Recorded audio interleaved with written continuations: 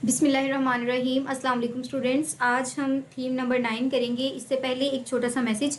बहुत सारे स्टूडेंट्स बहुत कंफ्यूज होते हैं। इवन मेरे पास बहुत सारे कमेंट्स भी आ रहे होते हैं कि मैम अब हम आपके लेक्चर्स देखें और हैंड आउट जो आप हाईलाइट करके देती हैं उनको पढ़ें, या फिर आप जो फाइनल और मिड की तैयारी करवाती हैं और पोर्टल्स देती हैं वो तैयार करें।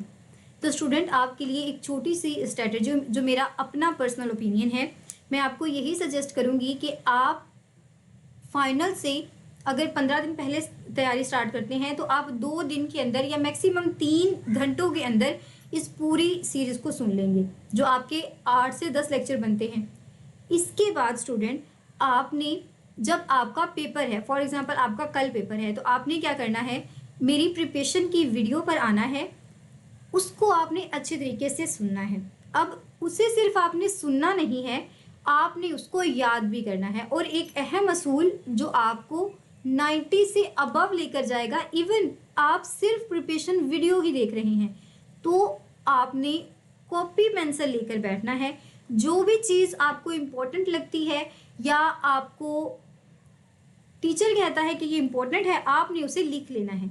उसे एक बार पढ़ें, उसको लिखें, फिर एक बार पढ़ें। तो स्टूडेंट, इस तरह से आपकी 100% अच्छी तैयारी हो जाती है। अब एक स्टूडेंट्स वो होते हैं जो ना तो लेक्चर लेते हैं, ना तो हैंड आउट पढ़ सकते हैं, और ना ही उन्हें प्रिपरेशन की कोई ख़ास समझ आ रही होती है क्योंकि उन्होंने लेक्चर तो देखे नहीं होते। तो उनके लिए एक बेटर ऑप्शन जो मैं देती हूँ तमाम सब्जेक्ट्स के लिए, कि वो मेरे उस पोर्टल को बाय कर लें। बाय करने से क्या होता है कि आपके पास उर्दू के अंदर भी कंसेप्ट होता है, इंग्लिश के अंदर भी कंसेप्ट होता है, एमसीक्यू होता है और नीचे भी कंसेप्ट होता है, इसी तरह लॉन्ग और शॉर्ट। तो आप एक इजी इन्वायरमेंट के अंदर खामोशी से अपने अंदाज से स्टडी कर सकते हैं। और मैक्सिमम स्टूडेंट्स को ये अंदाज बहुत पसंद होता है और बड़ा प्रैक्टिकल अंदाज है कि वो सेल्फ लर्निंग करते हैं और ऐसे पोर्टल के थ्रू। तो होप्स स्टूडेंट, ये कन्फ्यूजन आपकी क्लियर हो गई होगी, चाहे आप आईटी के स्टूडेंट हैं, चाहे आप बीएस के, चाहे आप किसी मैनेजमेंट के स्टूडेंट हैं। तो ये तमाम स्टूडेंट्स के लिए मेरा मैसेज था। बिस्मिल्लाहिर्रहमानिर्रहीम। लेक्चर स्टार्ट करते हैं। Business idea and business plan. Business plan is considered as a backbone of internship. तो इंटरप्रेन्योरल वेंचर इंपॉर्टेंट एमसीक्यू है कि हमारे इंटरप्रेन्योरल वेंचर की बैकबोन क्या होता है, तो हमारा बिजनेस प्लान होता है। बिजनेस प्लान के अंदर क्या होता है कि बिजनेस प्लान को किसी भी नए बिजनेस की रीढ़ की हड्डी समझा जाता है, और एक एंटरप्रेन्योर को बिजनेस स्टार्ट करने से पहले सबसे ज़्यादा मदद इसी प्लान से मिल रही होती है। तो याद रखें कि सबसे ज़्यादा हेल्पफुल क्या होता है जब भी कोई एंटरप्रेन्योर नया कारोबार स्टार्ट करता है, तो वही बिजनेस प्लान उसके लिए सबसे ज़्यादा, ये सबसे बड़ी एड साबित होता है।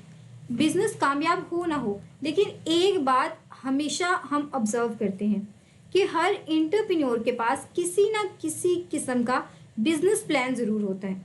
बिजनेस कामयाब होना या ना काम होना ये तो एक अलग बात है ना, लेकिन प्लान तो ज़रूर होता है। चाहे फिर वो हमारे पास फॉर्मल प्लान हो, चाहे फिर वो हमारे पास इनफॉर्मल प्लान हो। तो इस चीज़ को भी आपने अच्छे तरीके से याद करना है कि हमारे पास प्लान तो ज़रूर होता है किसी भी बिजनेस के लिए। अब नेक्स्ट हमारे पास है कि अगर जो बिजनेस प्लान इस बात की गारंटी नहीं देता कि बिजनेस कामयाब होगा, लेकिन इसका आपके पास होना बहुत ही अच्छी बात होती है। बिजनेस प्लान की मुख्तलिफ एट्रीब्यूट्स होती हैं, मुख्तलिफ खूबियाँ होती हैं। एक बिजनेस यूनिट को संभालने और उसको सस्टेन करने के लिए हमारे पास एक ज़बरदस्त सपोर्ट फ्राहम करता है वो प्लान। और इसी तरह इसीलिए जो हमारा बिजनेस प्लान होता है उसकी बुनियादी बातों को समझना हमारे लिए बहुत ज़्यादा ज़रूरी होता है। तो बेसिकली इसके लिए हमें ये जानना होगा कि कोई भी कारोबार या कोई भी जो एक्टिविटी होती है, एक आइडिया क्या होता है कि हमारे पास एक बिजनेस की जो शुरुआत होती है या सोच होती है, जो हमारे अंदर की इंसाइट होती है, उस पर मबनी होना ज़रूरी है।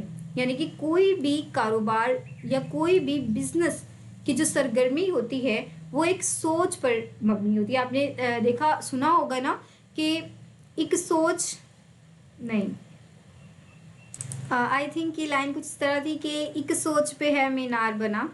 तो जिसने ये सुना हुआ है, स्पेशली इमरान खान के लिए सॉन्ग है, तो उसमें ये है कि एक सोच पे है मीनार बना, हम सोच सवार भी सकते हैं। तो बिल्कुल इसी तरह की हमारा जो कोई भी बिजनेस होता है वो हमारे एक आइडिया के ऊपर होता है। हमारी जो भी एक्टिविटी होती है वो बेस करती है हमारे आइडिया के ऊपर। तो बेसिक हमारी अंडरस्टैंडिंग यही है। जबकि बिजनेस आइडिया क्या होता है? बिजनेस आइडिया एक कंसिडर्ड किया जाता है as a thought in someone mind, यानी कि जो भी किसी के दिमाग के अंदर जो भी सोच है वो हमारी क्या होती है? बिजनेस आइडिया होता है। और नेक्स्ट हमारे पास है कि हमारा जो बिजनेस प्लान क्या होता है? तो हमारी जो रिटन फॉर्म में होता है ना, जो रिटन होती है, यानी कि जो इंस्ट्रक्शंस होती हैं या फिजिकली जो हमारे पास जो चीज़ होनी होती है उसको हम पहले से ही लिख के रख लेते हैं, वो हमारा एक बिजनेस प्लान होता है। तो आपने याद रखना है कि एक आइडिया मुहिज किसी जहन की सोच नहीं होता, ये हमारे पास एक रिटन फॉर्म में भी हो सकता है, लेकिन इसका कोई फिजिकल वजूद नहीं होता जब तक कि हम इसको बिल्कुल प्रैक्टिकली कारोबार या हमारी जो एक्टिविटी है उसमें तब्दील ना कर दें। तो अब यहाँ पर जो आपकी फॉर्मल सी डेफिनेशन है कि बिजनेस प्लान दरअसल हमारे पास एक बिजनेस आइडिया और फिजिकल बिजनेस के दरमियान कनेक्टिविटी को बिल्ड करता है। यानी हमने जो करना है वो किस तरह से होना है वो पहले ही हम लिख कर रख लेते हैं, जिसके ज़रिए एक बिजनेस आइडिया स्पेस यानी कि जहन की सोचों से ज़मीन पर यानी कि बिजनेस की दुनिया में उतरने का सफ़र करता है। इससे ये बात बिल्कुल क्लियर हो जाती है कि बिजनेस प्लान के बगैर एक बिजनेस के आइडिया की कोई भी अहमियत नहीं होती। अगेन, एक बिजनेस प्लान के बगैर एक बिजनेस आइडिया की कोई भी रेलिवेंस नहीं होती। And that is most important MCQ कि business idea itself has no relevance without absence of the business plan. Business plan तैयार क्यों किए जाते हैं? वैसे बात क्लियर हो तो गई है क्यों तैयार किए जाते हैं, लेकिन फिर भी कि हर एंटरप्रेन्योर का ये ख्वाब होता है कि वो अपनी ख्वाब को एक प्रैक्टिकल शक्ल दे, यानी कि जो भी उसका आइडिया है उसे अमली शक्ल दे। बिजनेस प्लान इसी आइडिया को एक प्रैक्टिकल बिजनेस के अंदर तब्दील करने का ही नाम है। मिसाल के तौर पर फ़र्ज़ करें कि हमारे पास या आपके पास एक बिजनेस आइडिया है। आप एक ऑटोमोबाइल की गाड़ी जो वर्कशॉप है वो खोलें, या फिर आप डिजिटल मार्केटिंग सर्विसेज दें, या फिर एडवर्टाइजिंग एजेंसी बनाएं। अब इन दोनों सूरतों में हमें अपनी सोच को एक फिजिकल बिजनेस में बदलने के लिए लाजमी तौर पर एक प्लान लिखने की ज़रूरत है। ऐसा ही है ना, हम ऐसे ही तो नहीं कर लेते ना कुछ, हम अपनी सोच समझ के कुछ भी करते हैं। जैसे अगर आपने एग्जाम के अंदर शॉर्ट लॉन्ग भी लिखना है तो आप एक अपने मैप बनाते हैं, फिर उसे थोड़ा सा रिटर्न करते हैं कि पहले मैं ये लिखूंगा वो लिखूंगा, फिर एंड पर मैं ये लिखूंगा। तो यही चीज़ होती है। तो होप सो आपको समझ आ रही होगी। नेक्स्ट हमारे पास है by whom business plan is prepare. तो बिजनेस प्लान को प्रिपेयर क्यों किया जाता है? अच्छा, अब इस सवाल का असल मकसद इन लोगों को पहचानना होता है जो इस बिजनेस प्लान को इस्तेमाल करेंगे या इनसे फ़ायदा उठाएंगे, यानी कि पोटेंशियल बेनिफिशियर्स या फिर यूज़र्स। तो याद रखें कि हमारी जो बिजनेस प्लान करने का क्या मकसद होता है कि हम आइडेंटिफाई करें अपने पोटेंशियल यूज़र या बेनिफिशियर को जिन्होंने उस बिजनेस प्लान को यूज़ करना है। तो ब्रॉडली जो हमारे पास प्लान होते हैं उनके दो ही यूज़र्स होते हैं, एक इंटरनल यूज़र्स होते हैं और दूसरे एक्सटर्नल यूज़र्स होते हैं। इंटरनल यूज़र्स यानी कि खुद, जिन्हें स्टेप बाय स्टेप अप्रोच के ज़रिए बिजनेस शुरू करने के लिए फौरी गाइडेंस मिल जाती है, यानी कि जिनको इमीडिएट गाइडेंस मिल जाती है किसी भी बिजनेस को स्टार्ट करने के लिए स्टेप बाय स्टेप, उनको हम इंटरनल यूज़र्स कहते हैं।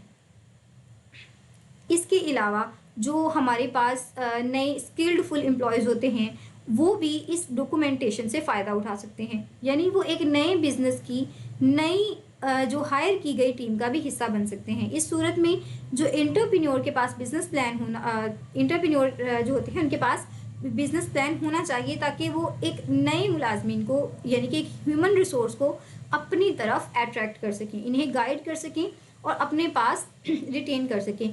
ऐसे ही होता है ना स्टूडेंट कि जब भी कोई फ्रेशर मार्केट के अंदर जाता है तो उसका प्लान सिर्फ ये नहीं होता कि उसने मर खप जाना है नौकरी करते करते, नहीं, उसकी यही कोशिश होती है कि वो किसी ऐसी इंडस्ट्री के अंदर जाए, किसी ऐसी फिल्म के अंदर जाए, कंपनी के अंदर जाए जो फ्यूचर में उसको बहुत ज़्यादा ग्रो करे, यानी कि वो उसे इस काबिल बना दे कि वो अपनी जो मंजिलें हैं वो सेट कर सके, अपने गोल्स को सेट कर सके, ना कि वो एक जॉब के लिए ही कटता जलता रहे। तो इस चीज़ अगर हमारे पास एक अच्छा प्लान होता है, हम अपने एम्प्लॉय को दिखाते हैं जो न्यू आया होता है, तो वो कहता है हाँ जी ये तो अच्छा कारोबार है और इसमें मेरी जो तरक्की है उसके भी बड़े चांसेस हैं। तो डेट्स वाई ये हमारे इंटरनल यूज़र को यानी कि न्यू एम्प्लॉयड ह्यूमन रिसोर्स के लिए भी बहुत ज़्यादा ज़रूरी होते हैं, ताकि वो गाइडेंस भी ले, अट्रैक्ट भी हो और रिटेन भी रखे, यानी कि उसे साबित कदम रखे हमारी कंपनी के अंदर, ना कि वो बाहर की कंपनी का फ़ायदा देखकर वहाँ पर मूव ऑन कर जाए। तो एक्सटर्नल यूज़र कौन से होते हैं?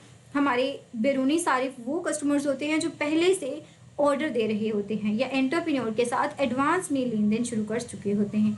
कस्टमर तफसील से इनको एनालाइज करता है कि आपका बिजनेस प्लान, जो बिजनेस करने का प्लान कैसा होगा, इसकी इन तमाम जो इनपुट्स होती हैं और आउटपुट्स होती हैं वो क्या है, और फिर फैसला करते हैं कि आपके स्टार्टअप के साथ काम करना भी है या नहीं करना। तो ये हमारे एक्सटर्नल यूजर्स होते हैं। इसके बाद हमारे जो लास्ट पर लाइन है सप्लायर्स एंड जो इन्वेस्टर्स होते हैं, बिल्कुल इसी तरह सप्लायर्स और इन्वेस्टर भी ये देखते हैं कि इस नए बिजनेस का हिस्सा बनने में उनको क्या पोटेंशियल बेनिफिट्स हो सकते हैं।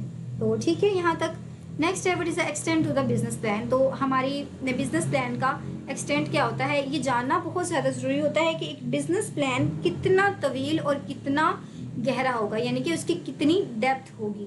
तो बिजनेस प्लान की जो लेंथ होती है या उसकी डेप्थ होती है उसे हम 5 फैक्टर्स के अंदर डिवाइड करते हैं, या 5 फैक्टर्स पर ये डिपेंड करती है। सबसे पहले है एंटरप्रेन्योर इटसेल्फ, यानी कि एंटरप्रेन्योर खुद कैसा है। तो ये जो पॉइंट है ये आपका बहुत ज़्यादा इम्पोर्टेंट है कि एंटरप्रेन्योर का जो ओरिएंटेशन है बिजनेस की, जो प्लान है उसकी गहराई को जाहिर करता है या उसकी गहराई को तय करता है।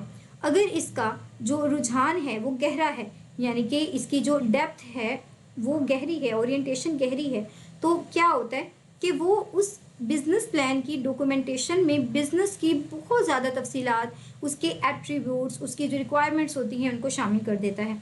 इसके अलावा एंटरप्रेन्योर की जो काबिलियत होती है या उसकी एबिलिटी, उसकी एजुकेशन, वो भी इस डेप्थ के ऊपर बड़ा असर डालती है। यानी कि फील्ड के बारे में जिसको जितना नॉलेज होता है ना, वो उतनी ही बड़ी कंपनी खड़ी कर सकता है।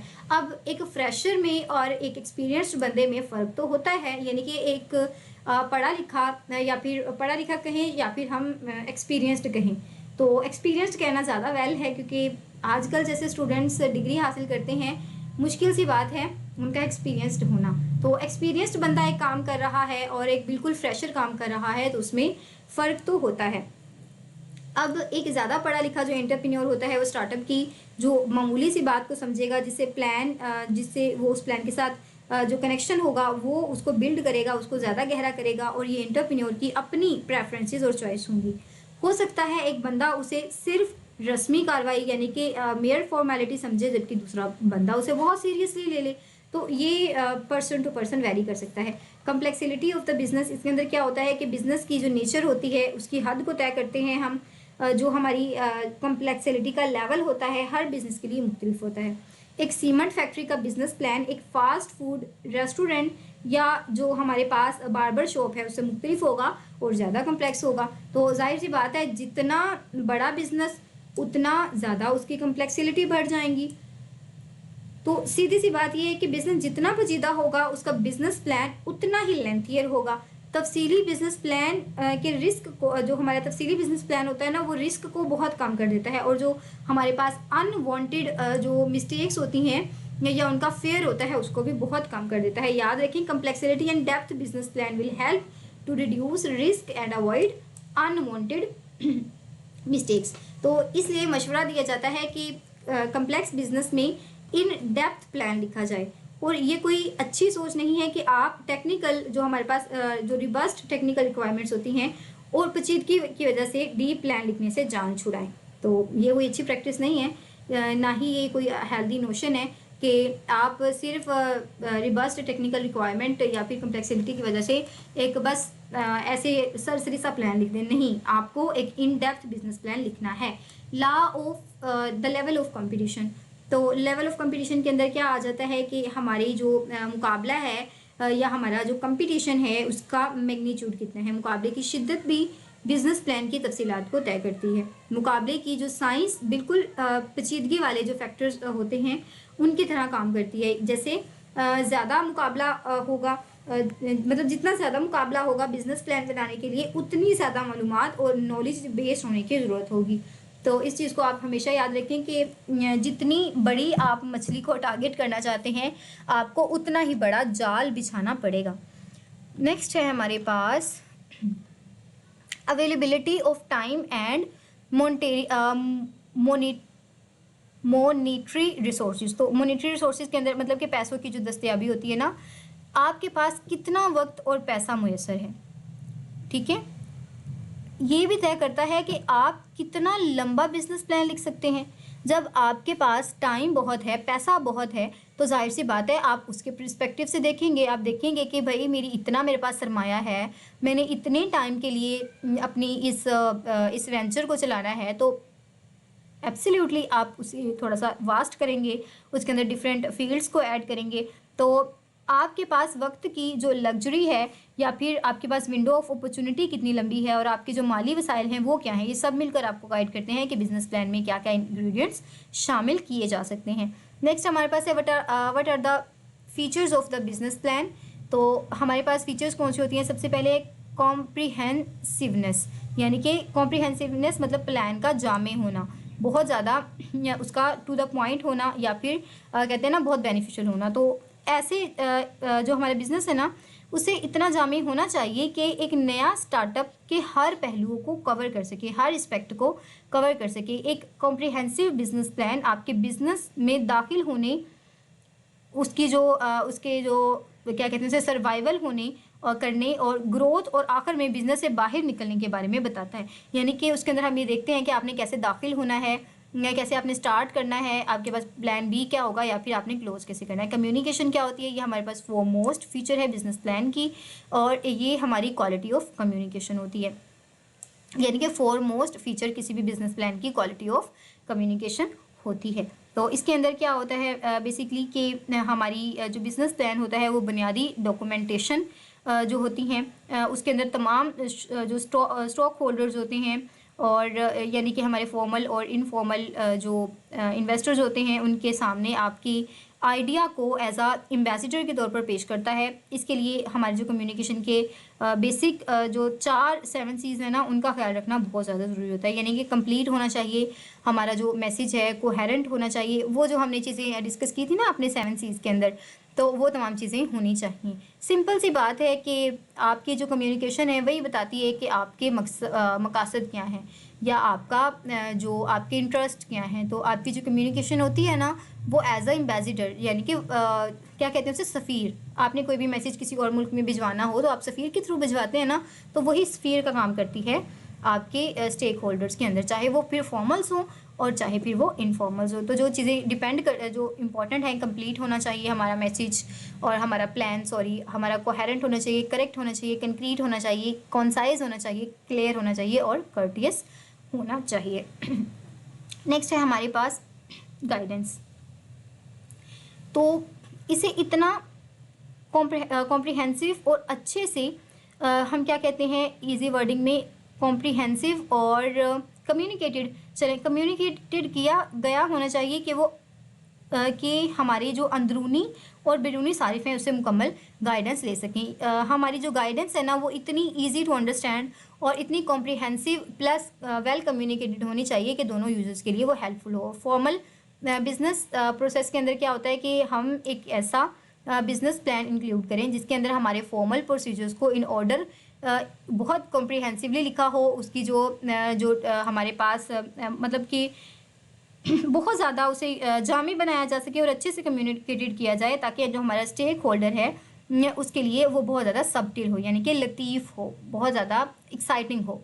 What is the strategical arrangement of a business plan. तो क्या बिजनेस प्लान की स्ट्रेटजिकल अरेंजमेंट है, लॉन्ग है ये आपका, और हर स्टूडेंट को ही आ जाना है ये। और ये नहीं है कि पूरा पूरा पैराग्राफ उठ के आ जाना है, नहीं।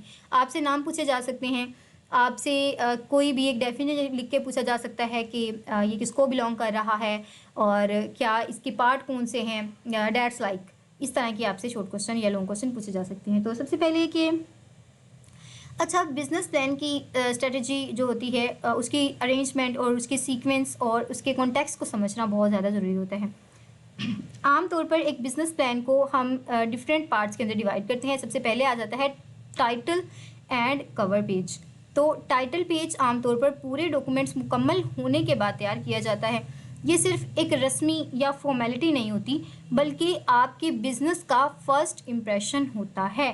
मोस्ट इम्पॉर्टेंट, आपके बिज़नेस का फर्स्ट इम्प्रेशन क्या है? तो that is a title page. MCQ आपका यहाँ पर कवर हो गया है। ये टाइटल पेज पर जो एक टाइटल पेज होता है उस पर ये चीज़ें लाजमी होनी चाहिए। कौन सी चीज़ें लाजमी होनी चाहिए? Logos of a frame, nature of the business यानी कि रिटेल, मैन्युफैक्चरिंग, सर्विसेज, ये तमाम चीज़ें होनी चाहिए। और लीगल जो हमारे स्टेटसेस होते हैं उसके अंदर हमारी कौन सी चीज़ें आ जाती हैं? जैसे कि हमारे आप लोगो ऑफ द यहाँ पर देख रहे थे लीगल स्टेटमेंट अगर हमारी सोल प्रोपैरिटी, पार्टनरशिप और corporation, name of name of की एंटरप्रेन्योर्स, इन्वेस्टमेंट, फाइनेंसिस, तो ये तमाम चीज़ें होनी चाहिए। इनको आप स्किप कर दीजिएगा, ये ज़रूरी नहीं है। नेक्स्ट हमारे पास है टेबल ऑफ कंटेंट। तो टेबल ऑफ कंटेंट के अंदर क्या होता है कि जो हमारे रीडर्स हैं उनके लिए बिजनेस प्लान के अंदर मौजूद मालूमात का एक गेटवे बना दिया जाए। ये हमारे रीडर को गाइड करता है कि बिजनेस प्लान को कैसे एक्सप्लोर करना है। जैसे आपकी बुक के स्टार्ट में लिखा होता है ना कि आपकी इतने लेक्चर्स हैं, हर लेक्चर का टॉपिक ये है, ये लेक्चर इस पेज पर है और ये लेक्चर नंबर 9 है, 10 है, अप टू सो ऑन, ये चीज़ें। तो वो होता है आपका टेबल ऑफ कॉन्टैक्ट्स। तो ये हमारे रीडर को गाइड करता है कि बिजनेस प्लान को कैसे एक्सप्लोर करना है। अगर हमारी जो टेबल है, अगर हमारे टेबल में कोई भी गलत यानी कि मिस गाइडेंस हो तो हमारा जो रीडर है उसका इंटरेस्ट ख़त्म हो जाता है। तो याद रखें कि रीडर कब अपने इंटरेस्ट को लूज़ करता है? जब हमारे टेबल ऑफ कॉन्टैक्ट के अंदर मिसकंसेप्शंस हो या फिर जो इन्फॉर्मेशन है ना मिसगाइड किया गया हो। तो that is a very crucial.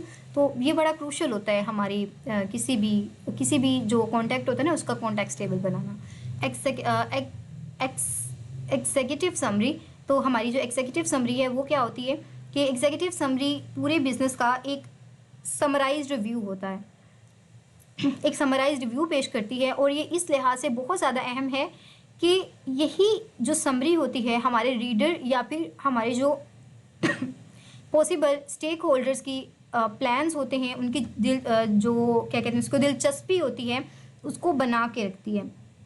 मतलब कि एग्जीक्यूटिव समरी वही शाहकार होता है जिसकी वजह से हमारे रीडर्स और हमारे स्टेक होल्डर्स को हमारे बिजनेस के बारे में एक सेंस बन जाती है। शुरू में जैसे आप कोई चीज़ पढ़ने जा रहे हो ना, तो अगर आप फर्स्ट पेज पढ़ लें तो आपको पता चल जाता है कि इसके अंदर क्या होगा। बिल्कुल इसी तरह जैसे आप हमद का खुलासा लिख दें, है ना, तो 3-4 लाइनों में आपको पता चल जाता है कि ये कहा गया है। नात का खुलासा लिख दें तो बिल्कुल वो खुलासे ही हमारी एग्जीक्यूटिव समरी होते हैं। अब इसमें क्या होता है कि हमारी जो एग्जीक्यूटिव समरी है वो हमारे प्लान के अंदर दिलचस्पी को बना भी सकती है और बिगाड़ भी सकती है।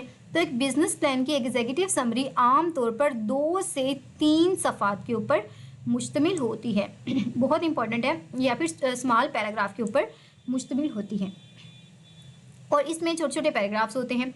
इसे लाजमी तौर पर ओरिजिनली लिखा होना चाहिए या किसी डॉक्यूमेंट की कॉपी या फिर उसका जो कहते हैं ना रिप्लिका, तो रिप्लिका नहीं हो सकती। ये पूरे बिजनेस प्लान के मुकम्मल होने के बाद लिखी जाती है और इसे प्लान का हिस्सा बनाने से पहले बहुत केयरफुली रिव्यू करना ज़रूरी है। अब मैनेजमेंट जो प्लान होता है उसकी डिफरेंट जो उसे कहते हैं पर्टिकुलर्स होते हैं या फिर उसकी जो तफसीलात होती हैं वो हमें नीचे दी गई हैं। सबसे पहले होती है हमारी मैनेजमेंट टीम। तो मैनेजमेंट टीम के अंदर हमारी कौन सी चीज़ें आ जाती हैं? उनका नाम, उनका एड्रेस, उनकी जो कानूनी हैसियत, उनकी क्वालिफ़िकेशन, उनकी एक्सपीरियंस, उनकी degree, skill, diploma, formal business, ये तमाम चीज़ें। और नेक्स्ट हमारे पास हायरार्की ऑफ मैनेजमेंट टीम। अब हायरार्की ऑफ मैनेजमेंट टीम क्या होती है? ये टीम के स्ट्रक्चर और रिपोर्टिंग स्ट्रक्चर्स के बारे में बताता है, यानी कौन किसका बॉस है और कौन किसको रिपोर्ट करेगा। तो मोस्ट इंपॉर्टेंट है हायरार्की ऑफ मैनेजमेंट क्या होता है? Total numbers of job. इसके अंदर हम क्या चीज़ देखते हैं कि मुलाजमिन की तादाद, हर मुलाजिम की जॉब डिस्क्रिप्शन और उसकी रिस्पॉन्सिबिलिटीज़ और उस जॉब के लिए जो भी उसे रिक्वायर्ड स्किल्स हैं, ह्यूमन रिसोर्स पॉलिसी, तो ह्यूमन रिसोर्स पॉलिसी के अंदर लोगों को भर्ती करने का प्रोसेस, ट्रेनिंग, डेवलपमेंट, उनके काम की इवैल्यूएशन, रिवॉर्ड सिस्टम और एचआर पॉलिसी का ये तमाम चीज़ें हमारी एचआर पॉलिसी का हिस्सा होते हैं। इंपॉर्टेंट एमसीक्यू है कि हमारी एचआर पॉलिसी का कौन कौन हिस्सा होते हैं, तो ये सारे हिस्सा होते हैं। और इसके अंदर और चीज़ें क्या शामिल हो जाती हैं कि एक एंटरप्रेन्योर को छोटे बिजनेस या कम अज़ कम जो मिनिमल वेज रेट होता है उसके हवाले से हुकूमती रेगुलेशंस पर सख्ती से अमल करना पड़ता है। Total product and service plan, इस स्टेज पर यह वाजे करना और लिखना बहुत मुफीद होता है कि स्टार्टअप कौन सी हदायत या प्रोसेसेस को ऑफर कर रहा है, यानी कि स्टार्टअप के अंदर हम कौन सी सर्विसेज प्रोवाइड करने जा रहे हैं। ख़ास तौर पर हमारे रीडर को ये जानने में इस चीज़ से बहुत ज़्यादा मदद मिलती है कि हमारा बिज़नेस क्या ऑफ़र करेगा, यानी हमारी जो भी मैन्युफैक्चरिंग है, हमारी डिस्ट्रीब्यूशन है, हमारी सर्विसेज हैं या हमारी कंसल्टेंसी है और सेल्स हैं, वो इस चीज़ पर रिलाई कर रहे होते हैं। तो ये याद कर लें कि हमारी कौन सा ऐसा स्टेज होता है या ऐसा कौन सा पॉइंट होता है जहाँ पर जो कस्टमर है या बिज़नेस का स्टार्टअप है वहाँ पर पता चल जाता है कि ये बिज़नेस क्या क्या ऑफर करेगा। तो that is a total products and service plan. तो ये क्या करता है, it gives the reader detailed, ये डिटेल नोट देता है प्रोडक्ट मिक्स के बारे में, यानी कि जो mineral water produced with the packaging and sizing, यानी कि अगर मिनरल वाटर की अगर हम बात करें ना कि हमारी जो पानी है उसकी जो पैकेजिंग होती है या उसका जो प्रोडक्ट्स हैं उनकी बात हो सकती है। मसलन अगर कॉलेज में एजुकेशन की सर्विस है तो उसकी डिग्री प्रोग्राम की तफसीलात हो सकती हैं, जो सारा हमारे पास क्या कहते हैं उसे डिटेल होती है किसी भी चीज़ की।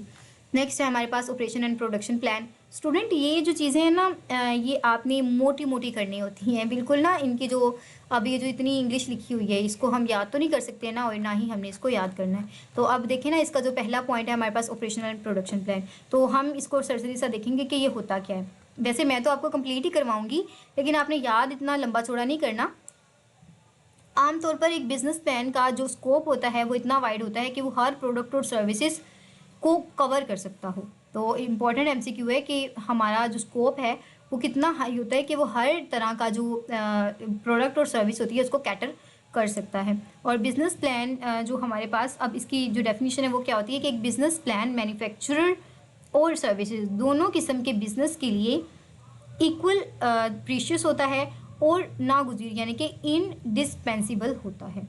इम्पोर्टेंट है, बहुत इम्पोर्टेंट है कि बिजनेस प्लान इक्वली वैल्यूएबल होता है और इनडिस्पेंसिबल होता है, चाहे वो मैन्युफैक्चरिंग की साइड हो या फिर हमारी सर्विसेज की साइड हो। तो ये ब्लेंड ऑफ किन दो चीज़ों का ब्लेंड होता है, सर्विसेज और प्रोडक्ट्स का।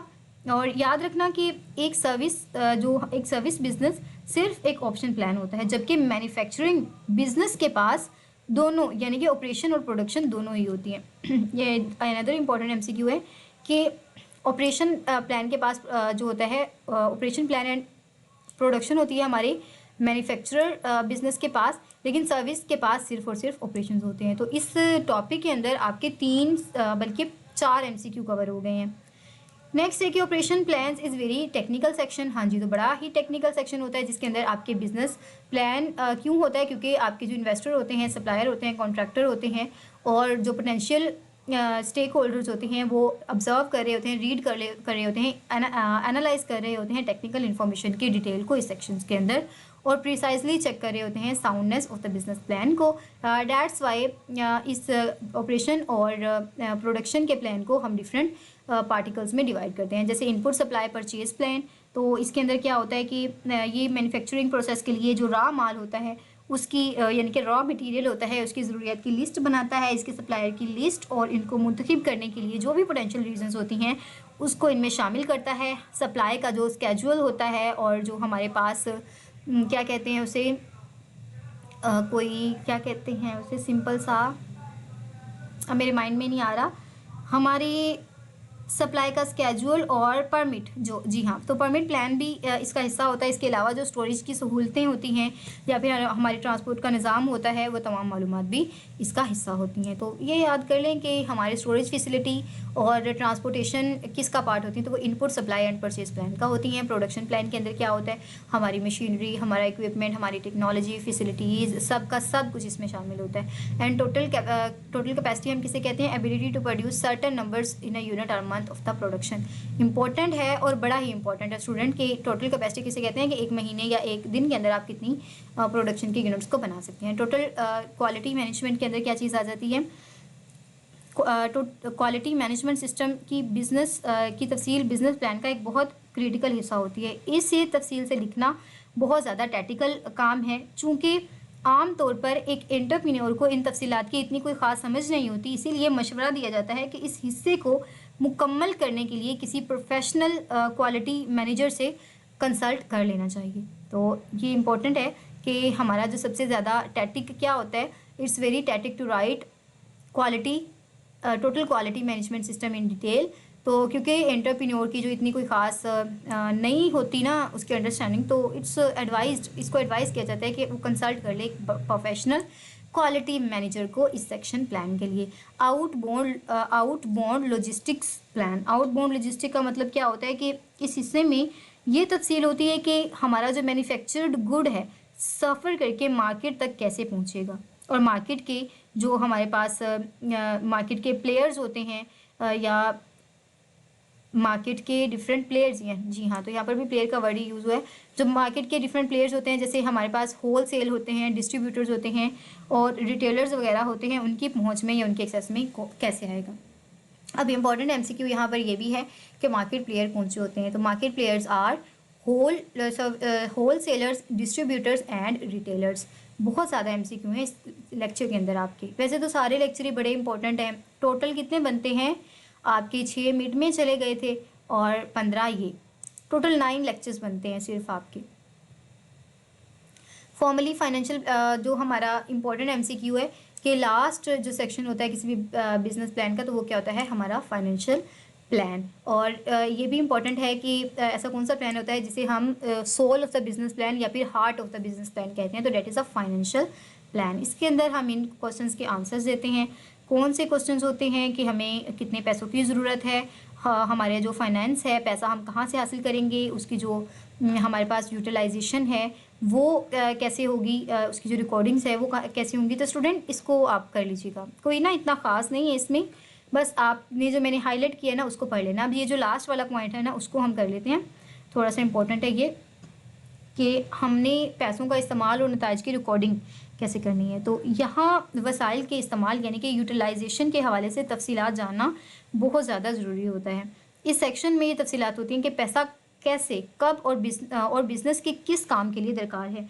ये सेक्शन इन मालूमात के लिए प्री रेक्विजिट्स और जो हमारे पास सेल्स और फोरकास्ट होती हैं उनकी रिक्वायरमेंट शीट्स से निकाली जाती हैं। ठीक है, जितनी भी हमें इंफॉर्मेशन चाहिए होती है ना वो हमारी जो डॉक्यूमेंट होते हैं ना, फोरकास्टिंग डॉक्यूमेंट्स को हमारी रिक्वायरमेंट शीट के अंदर से निकाला जाता है और ये हमारे प्री रेक्विजिट्स को ही बताता है। अब प्री फॉर्मा फाइनेंशियल स्टेटमेंट ये क्या होती है, मुस्तकबिल के बिजनेस प्रोसेसेस के लिए आउटपुट को प्रोजेक्ट करने के लिए हम प्रो फॉर्मा फाइनेंशियल स्टेटमेंट्स को यूज़ करते हैं। इंतहा का ये इंपॉर्टेंट है स्टूडेंट कि हम प्रो फॉर्मा फाइनेंशियल स्टेटमेंट्स को क्यों यूज़ करते हैं, जब हमने अपनी फ्यूचर बिजनेस प्रोसेसेस की आउटपुट की प्रोजेक्शन को प्रिडिक्ट करना हो। और प्री फॉर्मा जो इनकम स्टेटमेंट क्या होती है, देखिए ये फाइनेंशियल स्टेटमेंट है और स्टूडेंट ये आपका शॉर्ट क्वेश्चन आना है आपके पेपर में, तो इसे ध्यान से समझें। और हमारा जो प्री फॉर्मा इनकम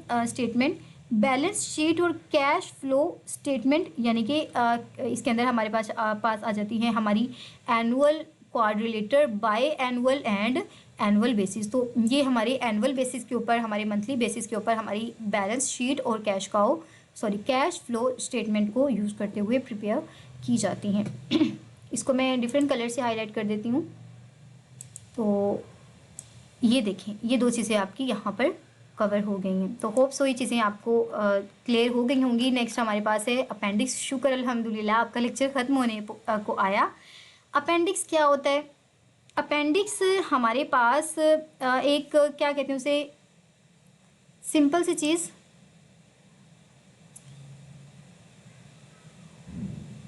तो अपेंडिक्स जो होता है उसके अंदर हमारे एनी क्लेचर्स आ जाते हैं। और इम्पॉर्टेंट MCQ है कि formal part of the business plan document होता है। बहुत इंपॉर्टेंट है स्टूडेंट, आपसे पूछा जाता है कि अपेंडिक्स इज़ अ फॉर्मल और इनफॉर्मल, तो आपने कहना है इट्स अ इनफॉर्मल। और ये भी पूछा जाता है कि appendix is a informal part of a business plan document, is it true और फॉल्स, तो आपने कहना है इट इज़ अ ट्रू। और हमारी इसके अंदर कौन से डॉक्यूमेंट्स आ जाते हैं, हमारे supporting document, resume, CVs, legal documents, registration agreements and contracts. और इसकी पिक्टोरियल इन्फॉर्मेशन क्या होती है, location map, animated videos, site graphics and etc.